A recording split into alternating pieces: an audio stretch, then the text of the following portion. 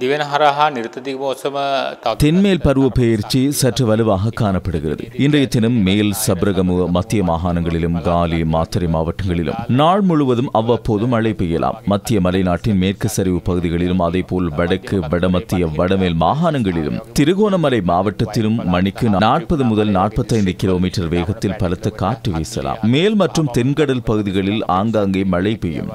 சிலாபத்திலிருந்து மன்னார் ஊடாக காங்கேசன்துறை வரையிலான கரையை அண்மித்த கடல் பகுதிகளில் காற்றானது மணிக்கு 60 முதல் 65 கிலோமீட்டர் வேகத்தில் அதிகரித்து வீசலாம். அதனால் அந்த கடல் பகுதிகளுக்கு கடற்றொழில் மற்றும் மீன்பிடி நடவடிக்கைகளுக்கு செல்வது அபாயமிக்கது. விசேடமாக சிலாபத்திலிருந்து மன்னார் ஊடாக காங்கேசன்துறை வரையிலான கரையை அண்மித்த கடல் பகுதிகளில் கடற்றொழில் மற்றும் மீன்பிடி நடவடிக்கைகளில் ஈடுபட வேண்டாம் என அறிவுறுத்தல் விடுக்கின்றோம்.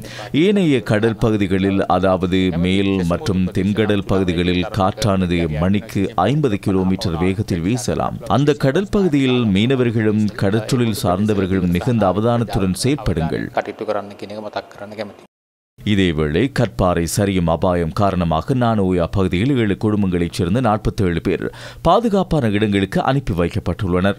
நானோயா உடர்தெல் தோட்ட பகுதிக்கு மேலாக உள்ள மலை உச்சியில் பாரிய கற்கள் சில காணப்படும் நிலையில் அவை மலையை அடுத்து சரிந்துள்ளன. மேலும் சில கற்கள் பிறழ்வதற்கான அபாயம் இருப்பதனால் அம்மக்கள் அங்கிருந்து வெளியேற்றப்பட்டுள்ளனர். இதேவேளை ஒரு கல் ஆட்டுத் தொழுவத்தின் மீது கவிழ்ந்ததனால் 2 ஆடுகள் பரிதாபமாக உயிரிழந்தன.